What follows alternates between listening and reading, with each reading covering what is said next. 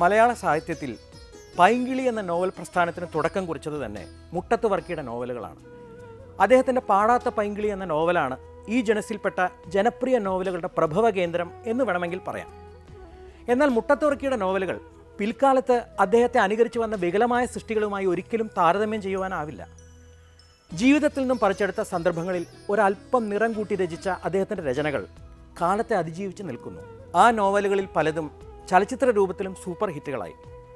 ഇതിലൊന്നായിരുന്നു 1971 പുറത്തിറങ്ങിയ ഉദയ ചിത്രമായ ലോറ നീയവിടെ. സാധാരണ ഉദയ ചിത്രങ്ങളിൽ വയലാർ ദേവരാജൻ ടീമാണ് സംഗീത വിഭാഗം കൈകാര്യം ചെയ്യാറുള്ളത്. എന്നാൽ ഈ ചിത്രത്തിൽ ബാബുരാജ് ആയിരുന്നു സംഗീത സംവിധായകൻ. മറ്റൊരു മാറ്റവും ഉണ്ടായി. സാധാരണ ഉദയ ചിത്രങ്ങളിൽ സംവിധായകൻ കുഞ്ചാക്കോ മുതലാളി തന്നെയാവുമായിരുന്നു. ഈ ചിത്രത്തിൽ ഉദയ ചിത്രങ്ങളുടെ പിന്നിലെ ശക്തിയും അസോസിയേറ്റ് ഡയറക്ടറുമായിരുന്ന രഘുനാഥാണ് സംവിധാനം ചെയ്തത്. ഇതിലെ മനോഹരമായൊരു ഗാനം നമുക്ക് ശ്രദ്ധിക്കാം.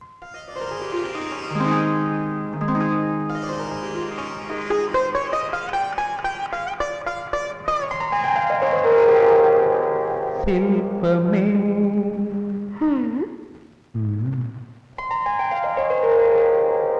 ശില്പമേ പ്രേമകലാ ശില്പമേ സ്വപ്നത്തിൽ നിന്നു ഞാനുണർത്തും ചുംബിച്ചുണർത്തും സ്വർഗീയ രോമാഞ്ചമാക്കും സ്വന്തമാക്കും.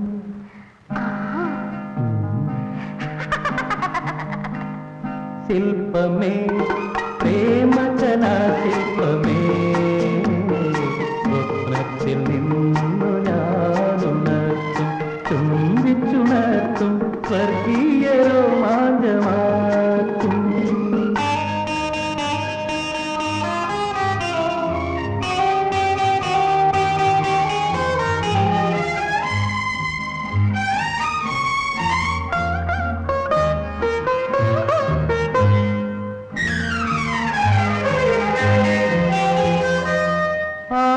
രാത്രിയിലെ നീലിമയാൽ ഞാൻ അഞ്ജനമെഴുതിക്കും നീകളിൽ അഞ്ജനമെഴുതിക്കും. ആദ്യ രാത്രിയിലെ നീലിമയാൽ ഞാൻ അഞ്ജനമെഴുതിക്കും നീകളിൽ അഞ്ജനമെഴുതിക്കും. മുഖപത്മത്തിൻ ഇതളാം കവിളിൽ നഖചിത്രം വരയ്ക്കും ഞാൻ നഖചിത്രം വരയ്ക്കും. മാലാഖയാക്കും നിന്നെ ഞാനൊരു മാലാഖയാക്കും. ശില്പമേ പ്രേമകലാ ശില്പമേ സ്വപ്നത്തിൽ നിന്നു ഞാനുണർത്തും ചുംബിച്ചുണർത്തും സ്വർഗീയ രോമാഞ്ചമാക്കും.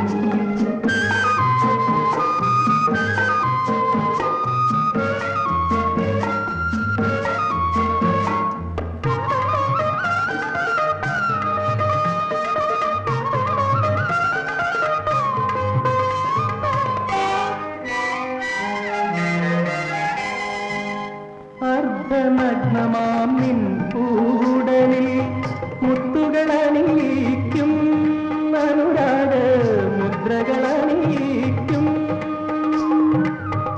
അർദ്ധനഗ്നമാം നിൻ പൂടലിൽ മുത്തുകളണിയിക്കും അനുരാഗ മുദ്രകളണിയിക്കും. മധുവിധുവിൻ്റെ വികാരങ്ങളാൽ നിൻ അധരം തുടുപ്പിക്കും ഞാൻ അധരം തുടുപ്പിക്കും.